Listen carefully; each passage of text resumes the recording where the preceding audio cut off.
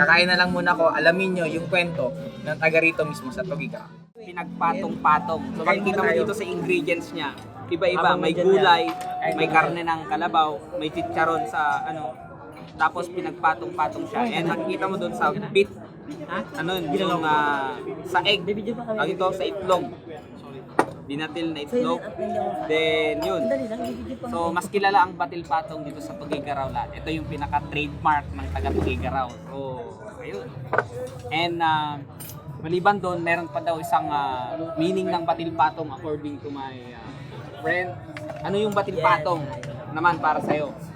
Ito. Kaya tinawag na batil patong to. Lahat kasi na nakapatong masarap. Kaya, pag yung cheese, di ba? Nakapatong sa tinapay, masarap yun, di ba? Batil patong. So, batil? Ito kasi binati.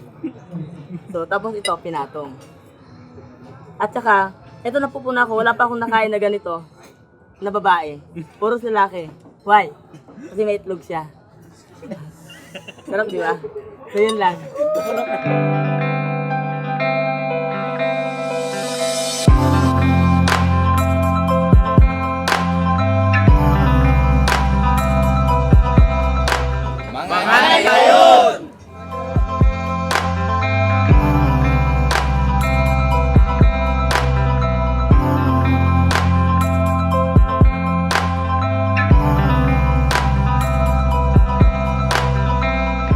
Grabe, kakain na kami ng batil patong. And syempre, ang pinakamagpapasarap dyan, may hinalo na sibuyas, toyo, at sili. Buti na lang Bicolano ako. Parang buhay yan guys eh. Kahit anong downfall mo, kahit anong hirap, masarap pa rin siya pag pinagsama-sama. Kung ano ang pinagdadaan mo sa buhay, isa lang alam mo. Hindi mabubuo ang story mo kung puro lang sarap. Kailangan mahirapan, mapagod, mapuyat, para mas ma-appreciate mo yung nangyayari sa'yo. Don't you just love life? Kumakain kami ngayon dito sa loob ng Sequoia, pagkain po ng Max. Kaya po kami kumakain dito kasi yung kasama namin nagmamandali na. At pupunta kami sa isang magandang view. Batman Cave ata yung nagkakamali. Tapos may isa pang river kami pupuntahan. Kaya minamaximize namin yung oras habang naglalakbay kami. Kumakain na kami para mas marami pa kaming magawa.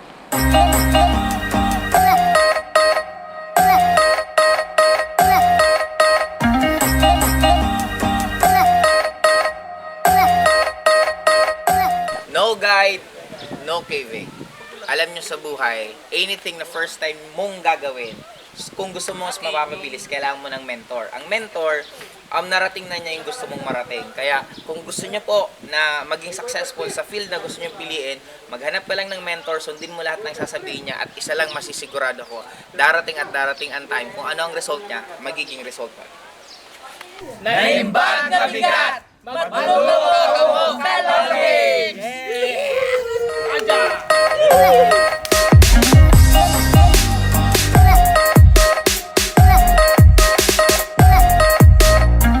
Pupunta kami ng Batman Cave. Mororan sir. Mororan. Ano yung cave kanina? Bat cave. Bat Cave, hindi Batman. Punta kami ng Mororan. Tapos Mororan sir. sorry po, Mororan. Punta kami ng Mororan tapos ng Bat Cave. Walang kakamot!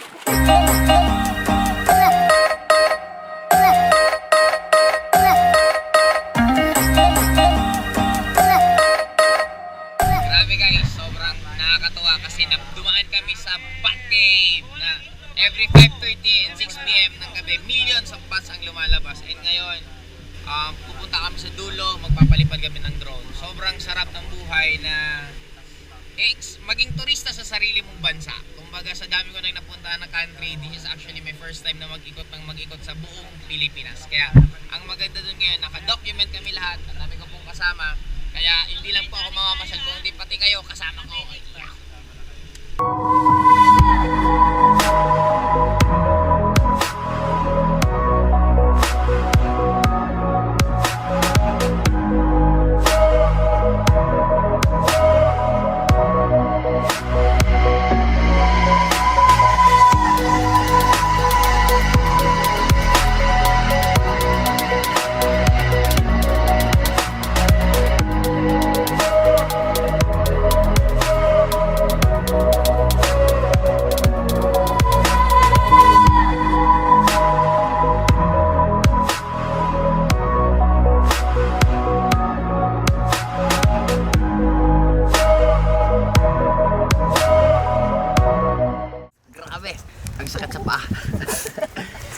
pero sobrang sarap. Kaya kong kamatahin eh. Patay nga electric fan.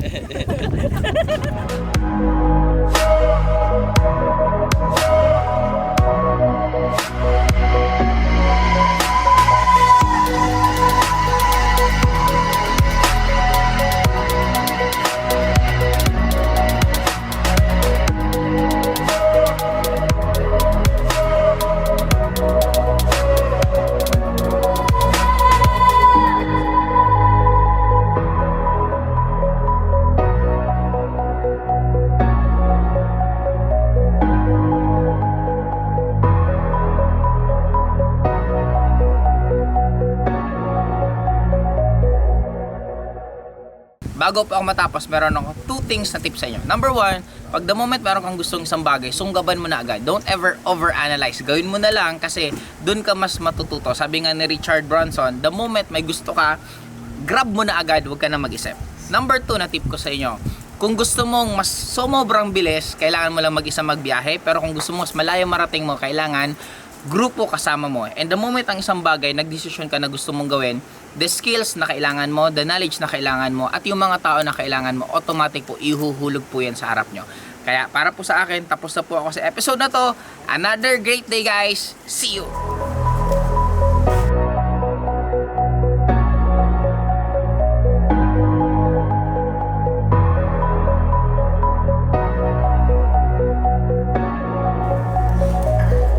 Venga.